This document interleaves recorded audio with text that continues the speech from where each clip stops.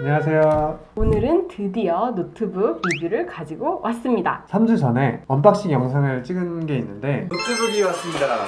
이게 무려 신상이에요. 신상. 그걸 보고 꽤 많은 분들이 리뷰를 기다리고 계신다고 맞아. 하시더라고요. 생각보다 네. 많아서 놀랐어요. 그래서 제가 지난 3주 동안 이 노트북을 쓰면서 느낀 점들을 리뷰를 통해서 말씀을 드리려고 합니다. 먼저 비보북 S530 모델은 i5 모델과 i7 모델 두 가지 모델로 출시를 했는데요. 그 두 가지 CPU 중에서도 램 용량과 그래픽카드 장착 유무, 저장 장치 용량을 선택을 할 수 있게 되어 있어서 용도에 맞게 골라서 구매를 하시면 될 것 같습니다. 그 중에서도 제가 구매한 모델은 i5를 장착하였고 램 8기가, 비디오 카드 MX150 그리고 SSD 256GB가 장착된 모델입니다. 먼저 디자인을 보면 상판만 메탈로 되어 있고 나머지는 다 플라스틱이에요. 이게 메탈처럼 보이긴 하는데 실제로는 플라스틱입니다. 그렇다고 해서 플라스틱이라고 꼭 나쁘지만은 않아요. 플라스틱이 일단 소재 자체가 가볍기 때문에 경량화에 있어서는 플라스틱만한 게 없고요.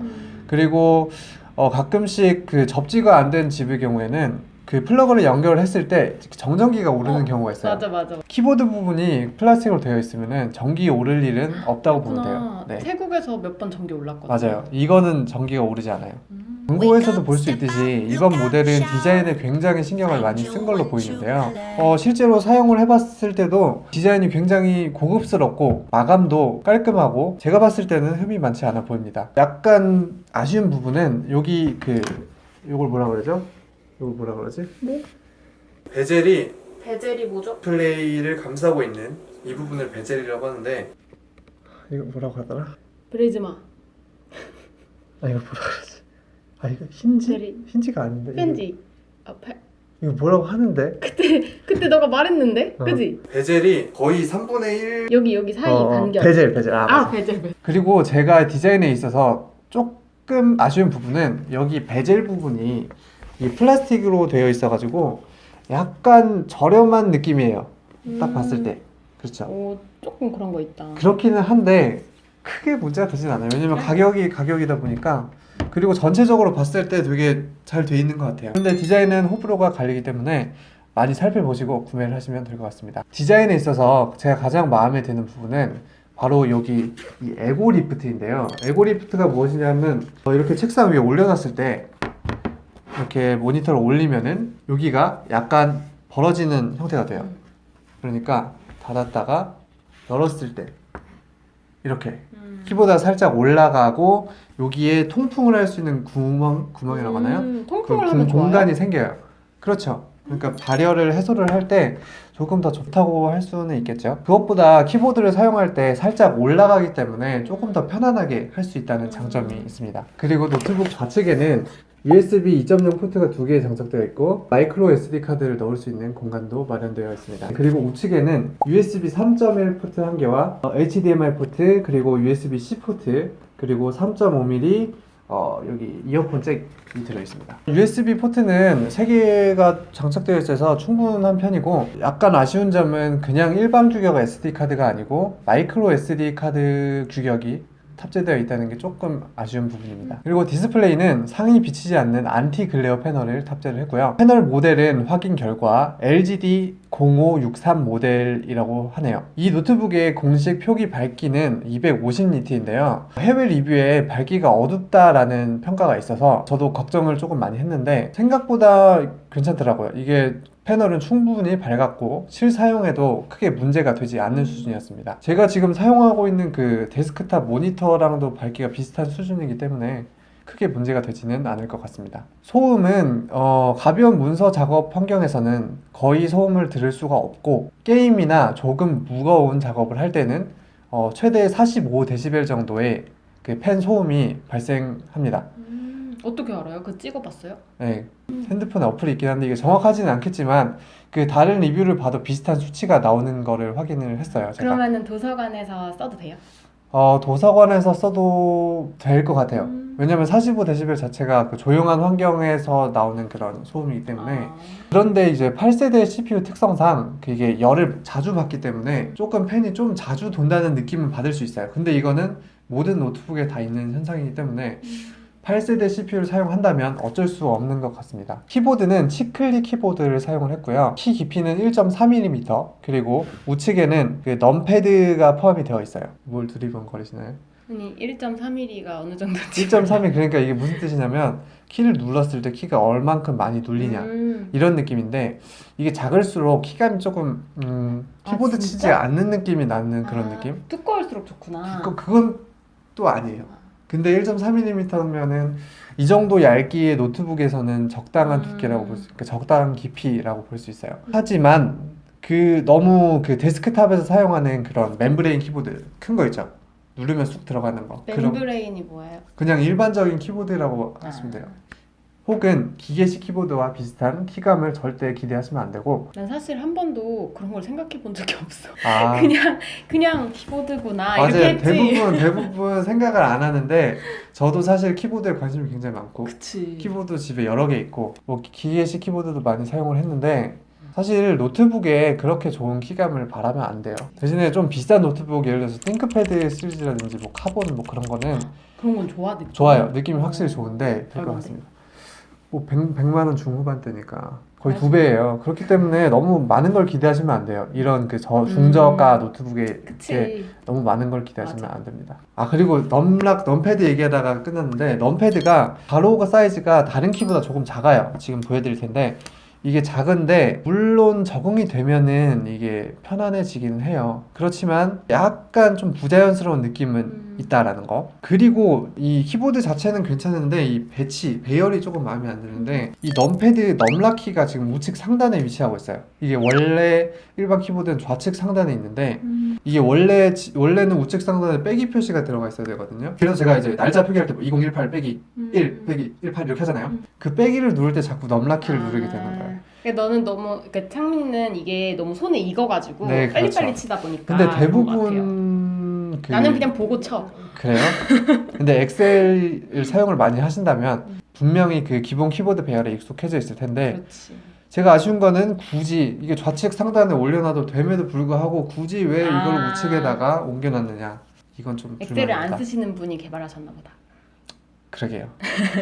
배터리는 42Wh의 조금은 아쉬운 용량이 사용되었는데요. 그램이라든지 올웨이즈 같은 좀 비싼 모델에 비하면은 굉장히 부족한 용량이지만, 이 가격대의 노트북에서는 그냥 평균적인 용량이라고 할 수 있어요. 그렇기 때문에 이 가격대의 노트북에 그렇게 큰 배터리 용량을 바라는 거는 조금 무리가 있을 것 같고, 아쉬운 정도로 실사용 시간으로 한 3, 4시간 정도 사용을 할 수 있고, 게임이나 약간 무거운 작업을 하면은 좀 더 단축되는 느낌이 듭니다. 그렇기 때문에 그 외출을 할 때 노트북을 들고 가야 되는 경우에는 꼭 어댑터를 같이 들고 가시는 거를 추천드립니다. 어댑터가 이렇게 생겼어요. 이런 거 처음 본것 같아. 네, 디자인에 약간 플러스를 주고 싶은데, 보통 옛날 노트북들 다 이런 식의 어댑터를 많이 사용하는데, 약간 정사각형, 약간 미니멀한 디자인을 사용을 했어요. 좀 더, 현대적인 네, 느낌. 디자인도 어댑터 디자인도 좀 신경을 썼다라는 그런 느낌이에요. 그리고 이 제품의 가장 최대의 단점, 바로 소리. 이 제품이 그 오픈마켓에다가 올려놨을 때 광고 문구로 감각적인 오디오 톤, 그리고 아수스 소닉 마스터는 최상의 오디오 경험을 제공하기 위해 오디오 튜닝을 조합을 했대요. 효과적인 시그널 프로세싱 및 튜닝을 통해 뭐 미세한 세부사항 막 이렇게 엄청 좋다고 하는데, 좋으면 뭐예요? 소리가 들리질 않는데 최대 볼륨 값이 작아도 너무 작아요. 너무 그렇기 때문에 노트북을 남편이 계속 썼기 때문에 전 잘 몰라요. 제가 사용해본 게 아니기 때문에. 근데 넷플릭스를 같이 이걸로 보는데 소리가 너무 작은 거예요. 그래서 너무 전 작아요. 그것만 느낄 네. 수 있었거든요. Hello. Hey, Javier. Manny's waiting for you outside. Hey, Javier. Manny's waiting for you outside. 이게 가장 큰 단점입니다. 무게는 어댑터를 포함해서 1.8kg 정도예요. 15인치 노트북 기준으로는 가벼운 편에 속하고, 이것도 사람들이 가끔씩 무겁다라고 평가를 하시는 분들이 있는데, 뭐 이거는 너무 많은 걸 개인의 바란다? 그게 있긴 한데, 이 가격대에서 너무 많은 걸 바라시면 안 돼요. 뭐 삼성 올레이즈 1kg대 초반대고 LG 그램은 1kg도 안 돼요. 맞는데 근데 그거는 2배다. 가격이 두 배고, 걔네들이 약간 특수한 거예요. 걔네들이 약간 그 용량이래. 무게에 되게 신경을 많이 쓴 노트북이기도 하고, 그리고 기술 자체가 LG나 삼성이 좋을 수밖에 없어요. 네. 물론 아수스도 잘 만드는 회사긴 하지만 따라가기는 힘들고 그렇기 때문에 가격도 차이가 많이 난다. 우리는 항상 가성비를 따지니까. 네. 1.8kg면 그리고 가벼운 거예요. 되게 가벼워요. 실제로 사용해보면은 그치. 들고 다니기에도 무리가 없고 예전에 몇 년 전에 그 노트북에 비해서는 굉장히 발전이 많이 됐다고 저는 생각을 합니다. 트랙패드는 그 클릭 키를 내부에 숨겨놓은 디자인을 사용을 했어요. 대부분 요즘 그렇게 사용을 하는데 잠깐만요. 나 다시? 지금 하나도 못 알아들었는데. 트랙패드가 뭐고 클릭 키가 뭐죠? 트랙패드는 이제 마우스가 없을 때 이거 있죠. 그거? 네모난 거. 어. 네. 클릭하는 버튼이 따로 있는 노트북이 있고 클릭하는 버튼이 안에 들어가 있어가지고 구석을 누르면 클릭이 되는 노트북이 있어요. 알아요. 네. 여기 이렇게 왼쪽 오른쪽 이렇게 네네네. 있는 거요. 그런데 그게 생략이 되어 있기 때문에 보다 더 이제 손을 움직일 수 있는 공간이 커졌다고 할 수 있어요. 그리고 이 트랙패드의 특징은 여기 트랙패드 속에 그 우측 상단에 지문 인식 센서가 들어있어요. 원래는 보통은 밖에 이렇게 있는데 그래가지고 좀 걱정을 하시는 분들이 있었고 저도 약간 그 트래킹 그러니까 손을 움직일 때 이게 걸리적거릴까 좀 걱정을 하긴 했는데 써보니까 전혀 문제 없었고요. 이 지문 인식 센서 위치도 괜찮은 것 같습니다. 그리고 제가 또 궁금했던 부분 중에 하나가 이 노트북이 과연 게임을 잘 돌릴 수 있을까 였는데 실제로 제가 가장 유명한 게임 중 두 개인 리그 오브 레전드와 오버워치를 구동을 해봤어요. 실행을 해봤는데 오버워치의 경우에는 낮은 옵션에서 충분히 60프레임 유지가 가능했고 리그 오브 레전드는 높은 옵션에서 60프레임 유지가 가능했습니다. 제가 걱정한 부분은 CPU가 과열되면서 스로틀링 현상이 생기기 때문에 그걸로 인해서 프레임이 갑자기 급격하게 떨어지는 그런 구간이 있지 않을까 걱정을 하긴 했는데 다행히도 그런 구간 없이 잘 스무스하게 돌아가는 것을 경험을 했습니다. 진짜 우리가 이번에 제대로 리뷰를 할 수 있었던 게 원래 이렇게 노트북을 많이 안 쓰거든요. 집에서 있으면은. 근데 이번에 태국을 3주 동안 가서 3주 동안 이걸 썼잖아요.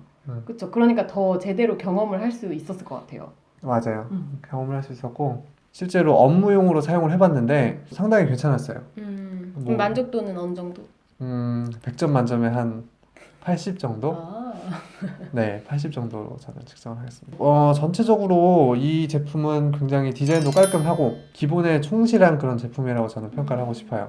물론 이게 그렇게 프리미엄급의 노트북이 아니라서 뭐 배터리 용량이라든지 아니면은 뭐 디스플레이 품질이라든지 그런 거에 약간 다른 고급 노트북에 비해서 약간 떨어지는 부분이 있긴 하지만 이 가격대의 노트북에는 다 비슷비슷한 게 들어가기 때문에 이 가격대의 노트북을 고민하신다면 그런 부분은 배제를 하고 고민을 하셔도 돼요. 뭐 딱히 큰 하자는 없기 때문에 구매를 하셔도 충분히 괜찮은 노트북이라고 생각을 해요. 단지 지금 가격이 출시 초기 버프를 좀 받아서 7만 원에서 10만 원 정도 약간 프리미엄이 붙어있는 느낌이에요. 그렇기 때문에 조금 가격이 내려가면은 충분히 살 가치가 좀 있지 않을까. 내려갔다가 기다려야 돼요?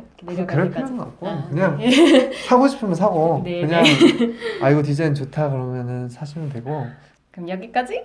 잘했는지 모르겠네요.